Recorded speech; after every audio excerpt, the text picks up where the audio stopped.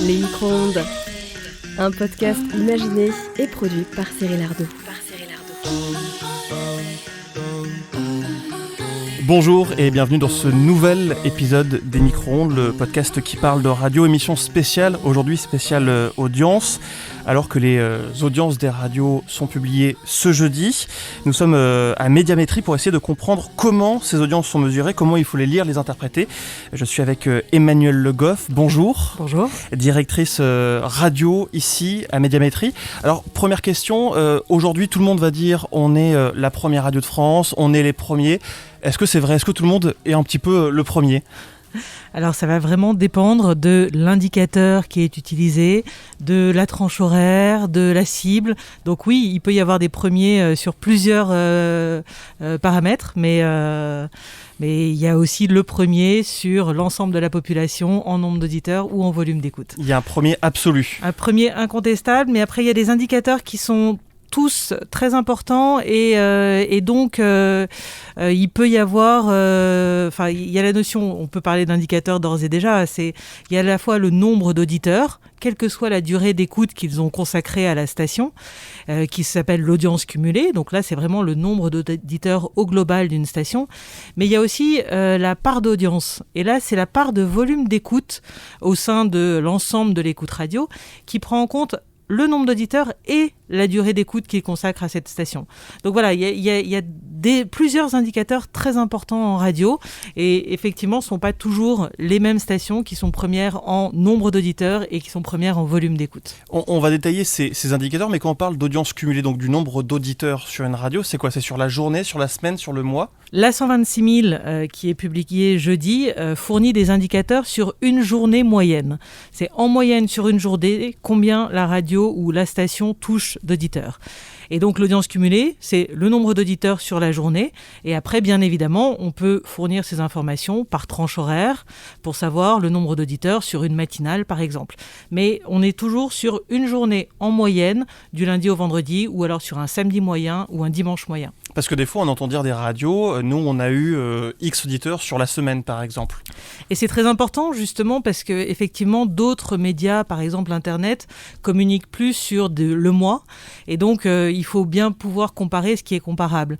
Alors, pour avoir le nombre d'auditeurs sur une semaine ou sur 3 semaines, on publie une autre étude qui s'appelle le panel radio. Une fois par an, on produit les résultats et donc chaque station nationale peut avoir ses résultats, le nombre d'auditeurs sur une semaine ou sur 3 semaines. Mais donc l'enquête qu'on appelle les 126 000, c'est vraiment sur une journée moyenne de radio. Tout à fait. C'est vraiment la photographie de l'audience sur une journée moyenne, alors que le panel radio, ça va être un film qui nous explique les comportements d'écoute sur plusieurs jours. Donc ça, c'est l'audience cumulée. Il y a d'autres indicateurs. La part d'audience, par exemple. Qu'est-ce que c'est la part d'audience? Alors voilà, la part d'audience, c'est... PDA. PDA, tout à fait. C'est la part du volume d'écoute d'une station par rapport au volume d'écoute global du média radio. Et donc ça prend en compte à la fois le nombre d'auditeurs et la durée d'écoute qu'il consacre à la station. C'est vraiment un volume global. Donc c'est pour ça que c'est important. C'est pas seulement un nombre d'auditeurs, c'est vraiment aussi la durée qu'il consacre à cette station.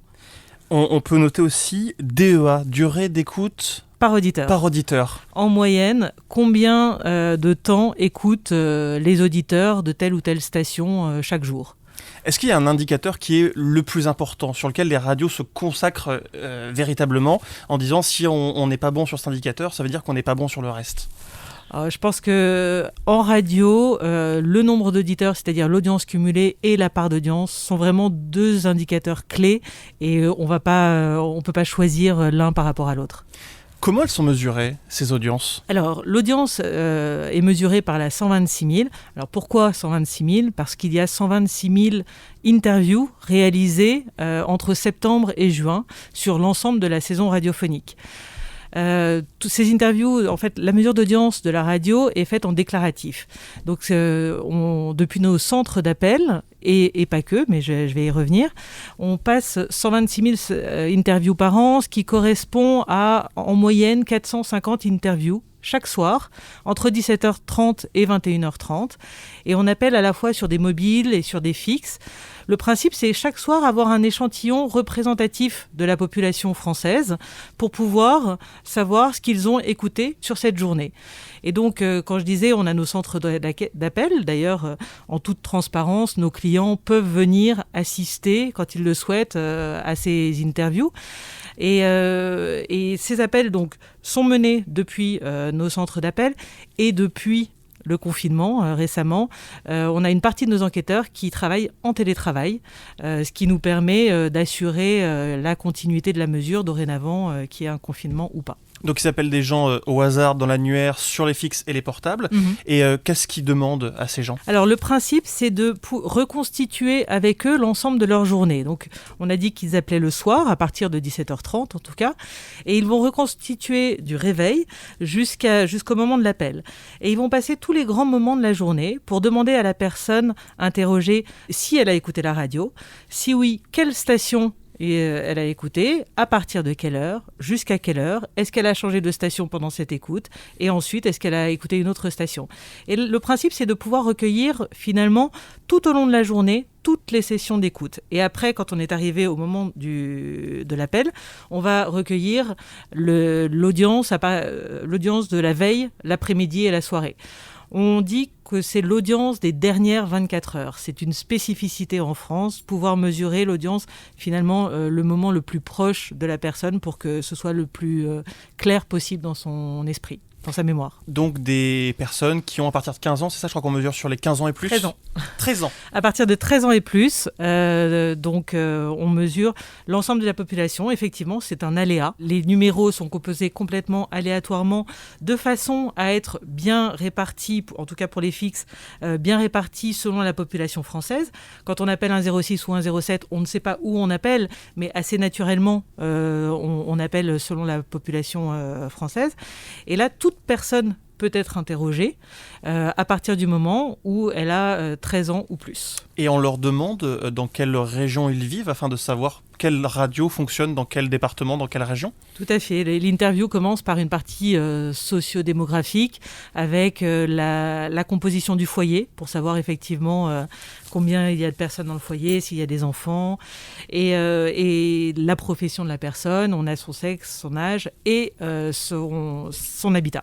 Et c'est précis comme manière de fonctionner parce que par exemple je suis en voiture, je suis tombé sur telle radio que j'ai écouté un quart d'heure, je suis pas sûr 24 heures après de me souvenir que j'ai écouté telle radio entre telle heure et telle heure.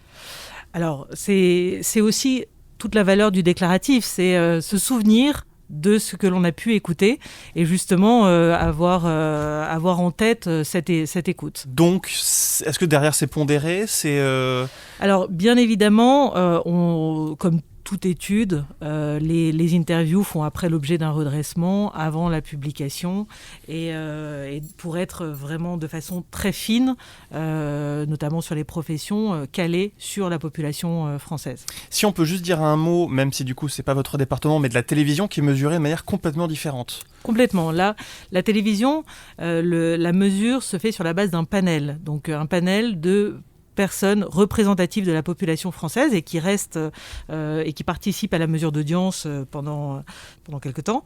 Et là, c'est un audimètre qui mesure ce qui est regardé sur l'écran de télévision et chaque panéliste doit déclarer sa présence quand il regarde effectivement la télévision. Un petit boîtier qui est branché à la télévision comme un décodeur Tout à fait. Pour la comparaison, ouais. Oui. Ça pose la question, est-ce qu'on peut se tromper en radio sur une vague ? Est-ce que sur une vague, on peut voir une radio qui aurait beaucoup plus d'audience que les vagues précédentes et en fait, après, les vagues suivantes, elles rentreraient un petit peu dans le...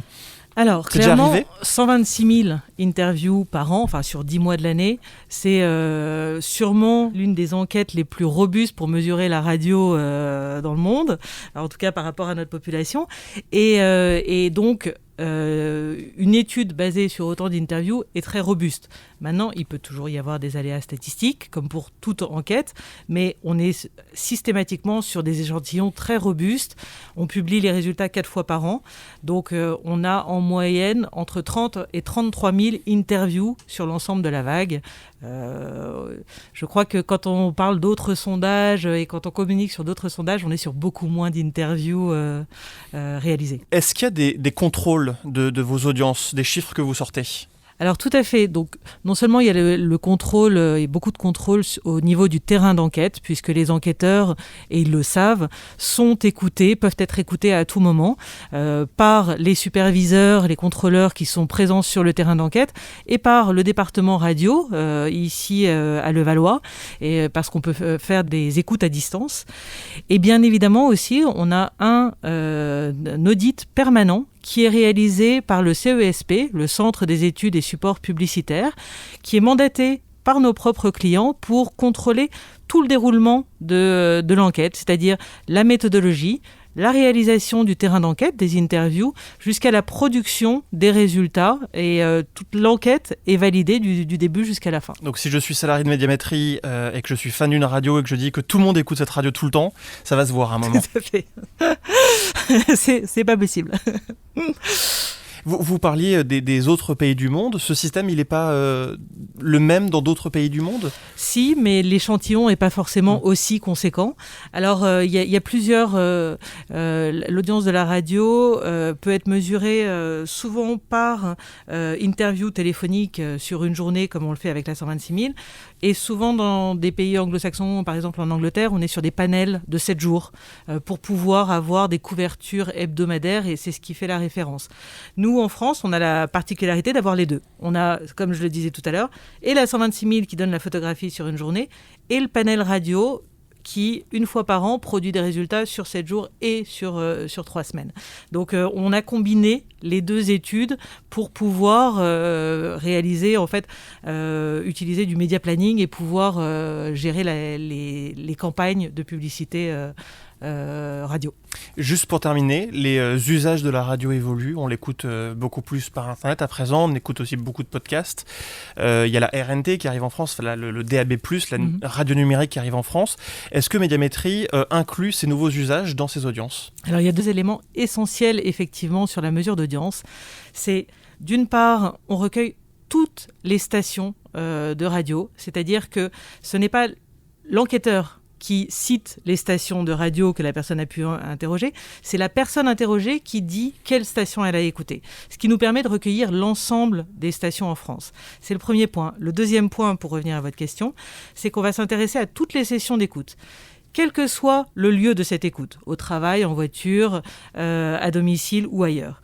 Quel que soit le support d'écoute, puisqu'on sait que la radio s'écoute de plus en plus sur un smartphone, par exemple. Alors que ce soit un poste traditionnel, un smartphone, sur un écran de télévision, quel que soit le mode d'écoute, en DAB+, comme la FM, comme sur Internet, puisque le volume d'écoute sur Internet progresse, et quel que soit, bien sûr, j'en oublie un... Le podcast voilà, que ce soit en live ou en différé.